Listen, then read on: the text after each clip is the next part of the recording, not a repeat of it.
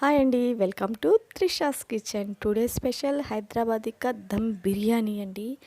ఎంతో టేస్ట్గా, ఎంతో సూపర్గా ఉంటుందండి.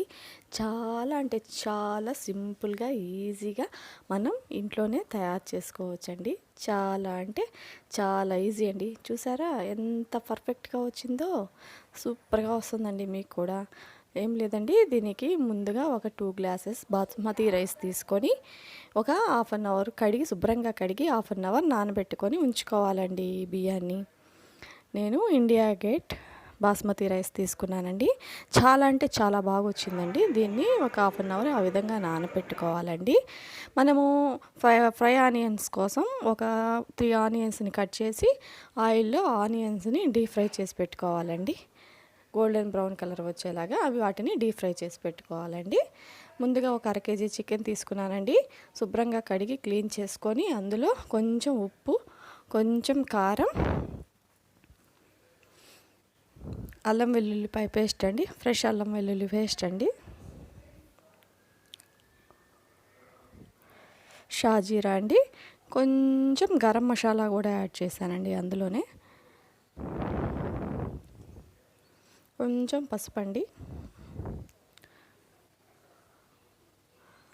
ఫ్రై చేసుకున్నాం కదండి ఆనియన్స్, అవి కూడా వేసుకున్నానండి. అందులోనే కొంచెం పుదీనా, కొంచెం కొత్తిమీర తరుగు కూడా వేసుకున్నానండి. అన్నిటిని ముక్కలకి పట్టేలాగా బాగా మ్యాగ్నేట్ చేసుకోవాలండి. చూడండి ఈ విధంగా. అందులోనే ఒక హాఫ్ కప్పు పెరుగు వేసుకున్నానండి. కేజీకి అయితే ఫుల్ కప్పు కావాలండి. నేను హాఫ్ కేజీ తీసుకున్నాను కాబట్టి హాఫ్ కప్ పెరుగు తీసుకున్నానండి. ఈ విధంగా బాగా ముక్కలు పట్టేలాగా బాగా కలుపుకోవాలండి. కలుపుకున్న తర్వాత అందులోనే 2 స్పూన్స్ గీ యాడ్ చేసుకోవాలండి. 2 స్పూన్స్ నెయ్యి యాడ్ చేసుకోవాలి. తర్వాత ఒక హాఫ్ నిమ్మ చెక్క తీసుకొని అందులో పిండుకోవాలండి. ఫ్లేవర్ కోసం అండి, ఫ్లేవర్ బాగుంటుంది. వీటిని కూడా బాగా పట్టించాలండి. తర్వాత కొంచెం 2 యాలకులు, ఒక 4-5 లవంగాలు, కొంచెం చెక్క వేసి బాగా మ్యాగ్నేట్ చేసుకొని పక్కన పెట్టుకోవాలండి. ఫ్రిడ్జ్లో పెట్టుకోవాలండి అరగంట. తర్వాత ఒక స్టవ్ వెలిగించి అందులో ఒక 2 లీటర్స్ వాటర్ పోసుకొని బాగా బాయిల్ అవనివ్వాలండి. అందులోనే బిర్యానీ ఆకు, లవంగాలు, నా దగ్గర నల్ల యాలకు ఉంటే అది వేసానండి. నల్ల యాలకులు 3 నార్మల్ ఇలాచీస్ అండి, చెక్క అండి, షాజీరా, జాజికాయ, జాపత్రి, అనాస పువ్వు, ఇవన్నీ కూడా వేసుకోవాలండి. ఇందులో అల్లం వెల్లుల్లి పేస్ట్ అండి, 1 స్పూన్ వేసుకుంటే సరిపోతుంది.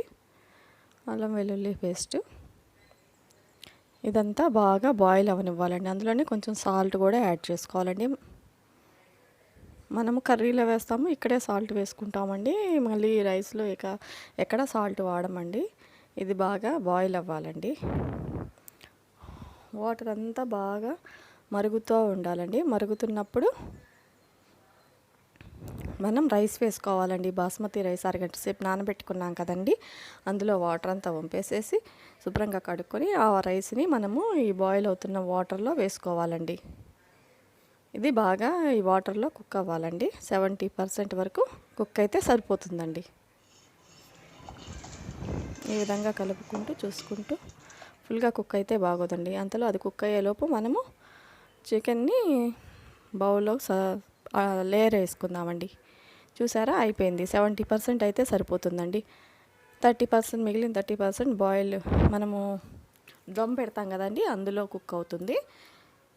70% అయితే చాలండి. ఇప్పుడు ఒక లేయర్ చికెన్ పెట్టుకున్నాం కదండి ఒక బౌల్లో, ఇంకొక లేయర్ రైస్ వేసుకోవాలండి. ఈ విధంగా చికెన్ పెట్టుకున్నాం కదండి, దానిపైన ఒక లేయరు రైస్ వేసుకుందామండి. ఇందులో కొంచెం గరం మసాలా, కొంచెం కొత్తిమీర,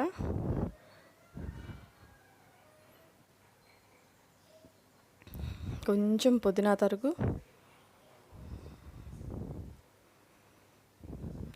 ఫ్రైడ్ ఆనియన్స్ అండి, ఫ్రై చేసి పెట్టుకున్నాం కదా ఆనియన్స్ వేసుకోవాలండి. 2 స్పూన్స్ నెయ్యి వేసుకోవాలండి. గీ యాడ్ చేసుకోవాలి 2 స్పూన్స్. మనము కేసరి ఉంటుంది కదండి, కుంకుమ పువ్వు, అది కొంచెం పాలల్లో నానపెట్టుకోవాలండి. అది వేసానండి. మళ్ళీ సెకండ్ లేయర్ వేస్తున్నానండి. సెకండ్ లేయర్ ఈ విధంగా వేసుకొని 3 లేయర్స్ వస్తాయండి మొత్తం. సెకండ్ లేయర్ కూడా ఈ విధంగా పెట్టుకొని మళ్ళీ కొంచెం పుదీనా, కొంచెం కొత్తిమీర, కొంచెం ఫ్రైడ్ ఆనియన్స్, కొంచెం గరం మసాలా,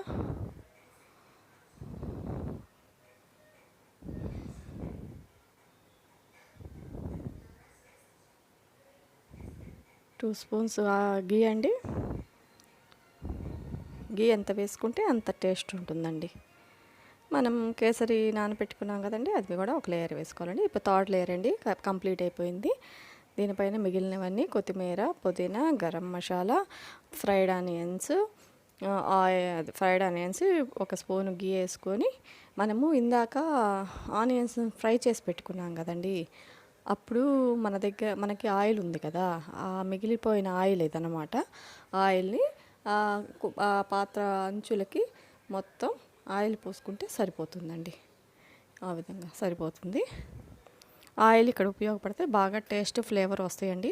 ఇక లాస్ట్గా కుంకుమ పువ్వుని మనం నానబెట్టుకున్నాం కదండి కేసరిని, ఆ మిశ్రమాన్ని కూడా మిగిలింది దాని మీద వేసుకొని మైదా పిండి ముద్దని కలుపుకొని ఆ పాత్ర అంచులకు పెట్టుకొని దమ్ బయటికి పోకుండా బాగా మూత పెట్టుకోవాలండి. ఈ విధంగా మొత్తం క్లోజ్ చేసేసుకోవాలి మైదా పిండితోటి.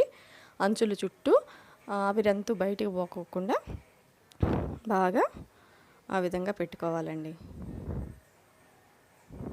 చూసారా, ఈ విధంగా పెట్టుకొని స్టవ్ మీద పెట్టి, మన దగ్గర ఇనప బాండీ ఉంటుంది కదండి, ఇనప బాండీలు ఉంటాయి కదా, ఇనప పెనాలు ఉంటాయి కదండి, దోశ పోసుకుంటాం. ఆ ఇనప పెనాన్ని దాని మీద పెట్టుకుంటే ఆవిరి బయటికి పోకుండా ఉంటుందండి.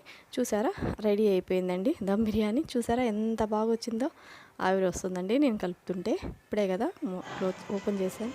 చూసారా ఎంత బాగుందో, సూపర్గా ఉంటుందండి. సేమ్ మన హైదరాబాదీ స్టైల్లో, రెస్టారెంట్ స్టైల్లోనే వస్తుందండి ఈ దమ్ బిర్యానీ. చాలా సూపర్గా, చాలా టేస్ట్గా ఉంటుందండి. ఒకసారి మీరు కూడా ట్రై చేసి చూడండి. హైదరాబాదీ దమ్ బిర్యానీ. చూసారా ఎంత బాగా వచ్చిందో. ఇలాంటి వీడియోస్ అన్నీ మీకు నోటిఫికేషన్లో రావాలి అంటే ప్లీజ్ సబ్స్క్రైబ్ మై ఛానల్ అండి, త్రిషాస్ కిచెన్ వ్లాగ్స్ అండి. చూడండి, మీరు కూడా టేస్ట్ చూసి ఎలా ఉందో ఒకసారి మాకు చెప్పండి. ఓకేనా?